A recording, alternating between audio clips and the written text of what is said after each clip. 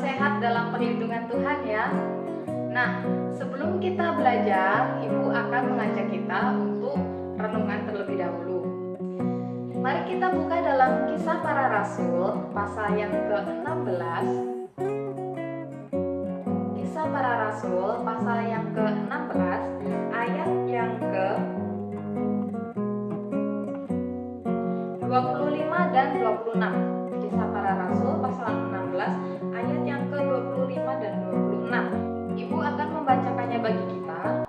Tetapi kira-kira tengah malam Paulus dan Silas berdoa dan menyanyikan puji-pujian kepada Allah, dan orang-orang hukuman lain mendengarkan mereka.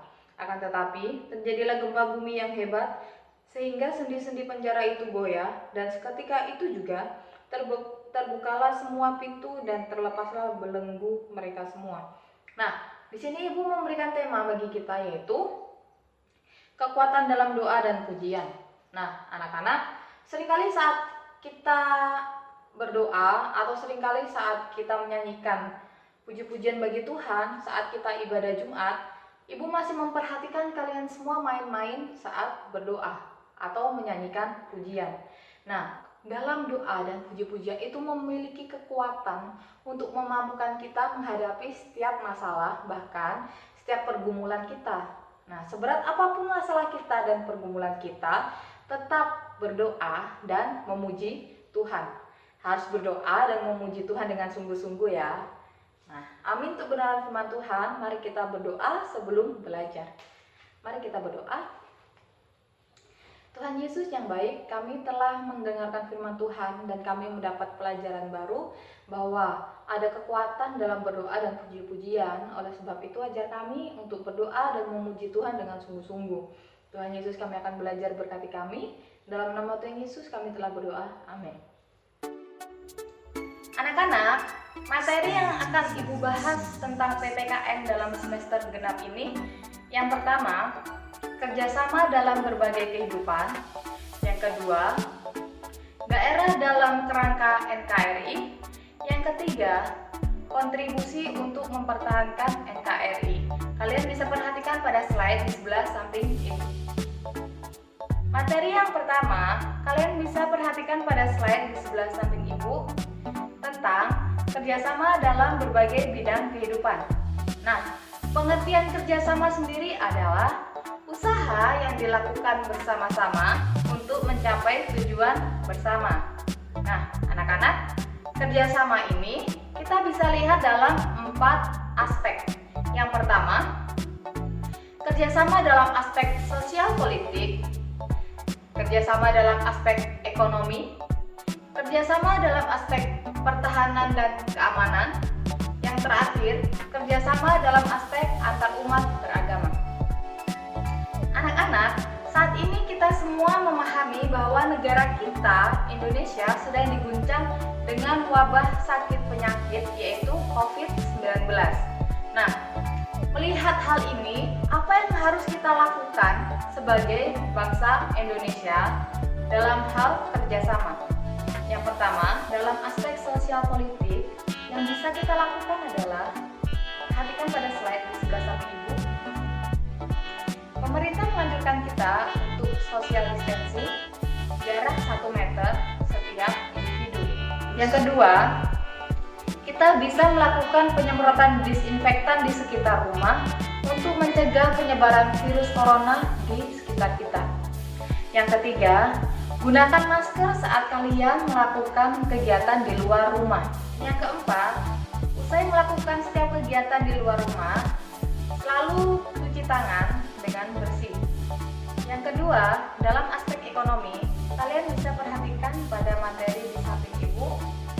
Nah, dalam aspek ekonomi yang bisa dilakukan adalah adanya kerjasama untuk membagikan masker gratis. Yang kedua, adanya kerjasama untuk membagikan sembako. Seperti kemarin, komunitas Papua He memberikan sembako gratis bagi volunteer yang kurang mampu. Dan yang terakhir, berita kemarin kita bisa saksikan seorang anak bernama Yasmin, usia 6 tahun, dari Makassar. Dia memberikan celengannya yang berjumlah 448.000 guna membelikan APD bagi para medis yang membutuhkan. Dalam aspek pertahanan dan keamanan, kita bisa lihat dari adanya sweeping yang dilakukan oleh polisi perihal penggunaan masker. Nah, di Pasar Serui kemarin ada sweeping penggunaan masker, dan bagi yang tidak menggunakan masker, maka mereka akan mendapatkan konsekuensi dari aparat yang bertugas. Dan selanjutnya, adanya pemberlakuan PSBB bagi setiap daerah. Dan yang terakhir, diberlakukannya lockdown daerah dari pemerintah. Hal ini dilakukan untuk memutus mata rantai COVID-19. Yang keempat, aspek antar umat beragama. Kalian bisa perhatikan pada materi di sebelah samping ibu. Apa saja yang bisa dilakukan perihal antar umat beragama? Mentaati anjuran pemerintah untuk melakukan ibadah di rumah. Nah, anak-anak, materi yang kedua yang akan kita bahas adalah daerah dalam kerangka NKRI. Kalian bisa perhatikan pada slide di sebelah samping ibu. Nah, anak-anak, Indonesia terdiri dari 34 provinsi. Dalam setiap provinsi terdiri dari beberapa daerah. Nah, di setiap daerah itu memiliki yang namanya otonomi daerah. Pemerintah memberikan otonomi daerah kepada setiap daerah. Apa itu otonomi daerah? Otonomi daerah adalah hak, wewenang, kewajiban yang diberikan kepada daerah untuk mengatur dan mengurus sendiri urusan pemerintahan dalam masyarakat dalam sistem NKRI. Contoh otonomi daerah, kita bisa lihat di tempat tinggal kita saat ini, di Serui atau di Papua. Nah, diberlakukannya lockdown daerah di daerah Papua. Anak-anak, tidak semua tempat atau daerah di Indonesia yang memberlakukan lockdown. Akan tetapi, setiap pemerintah memiliki otonomi untuk mengatur dan mengurus pemerintahannya. Salah satunya adalah dengan melakukan lockdown sebagai upaya memutus mata rantai COVID-19. Nah, selanjutnya, di Papua juga diberlakukan hari masuknya Injil setanah Papua. Nah, apakah di daerah-daerah lain juga melakukan hal yang sama? Tidak, hanya di Papua saja. Hal ini adalah contoh otonomi setiap daerah. Nah, anak-anak, mengingat luasnya wilayah Indonesia, bahkan permasalahan pemerintahan yang semakin kompleks, dan jumlah warga negara yang semakin banyak, bahkan heterogen, maka Indonesia perlu memberlakukan yang namanya Asas Otonomi dan Tugas Perbantuan. Sesuai Undang-Undang Dasar Pasal 18, 18A dan 18B menegaskan bahwa NKRI adalah negara kesatuan dengan sistem pemerintahan yang berasaskan dengan, perhatikan pada slide di sebelah ibu. Yang pertama, desentralisasi. Yang kedua, dekonsentrasi. Yang ketiga, tugas perbantuan. Mari perhatikan penjelasan berikut ini mengenai 3 asas sesuai dengan Undang-Undang Dasar 1945, Pasal 18, 18A dan 18B.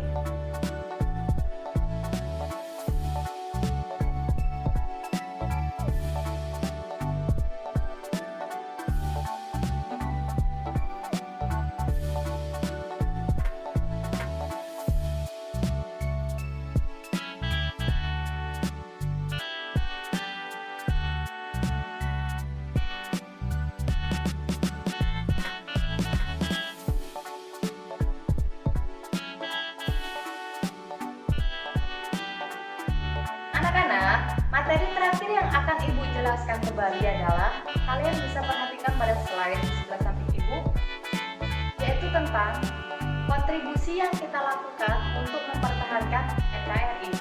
Nah, pada saat ini, untuk mempertahankan NKRI, kita tidak perlu berperang melawan bangsa Barat ataupun bangsa Jepang yang menjajah Indonesia. Nah, yang bisa kita lakukan adalah berperang melawan COVID-19. Apa yang harus kita lakukan untuk mencegah mata rantai COVID-19. Yang pertama, ikuti anjuran pemerintah, taat aturan pemerintah dengan stay at home. Yang kedua, gunakan masker saat kalian berpergian keluar rumah. Yang ketiga, lakukan penyemprotan disinfektan di sekitar rumah. Yang keempat, cuci tangan setelah kalian melakukan kegiatan di luar rumah. Yang kelima, tidak berpergian keluar daerah. Dan yang terakhir, kita bisa membuat forum atau menyediakan waktu berdoa bagi bangsa dan negara kita. Anak-anak, demikianlah pembahasan materi kita hari ini. Pesan Ibu, jaga kesehatan, jangan lupa berdoa dan tetap semangat dalam mengikuti pembelajaran online, bahkan mempersiapkan diri untuk ujian akhir semester. Tuhan Yesus memberkati. Dah.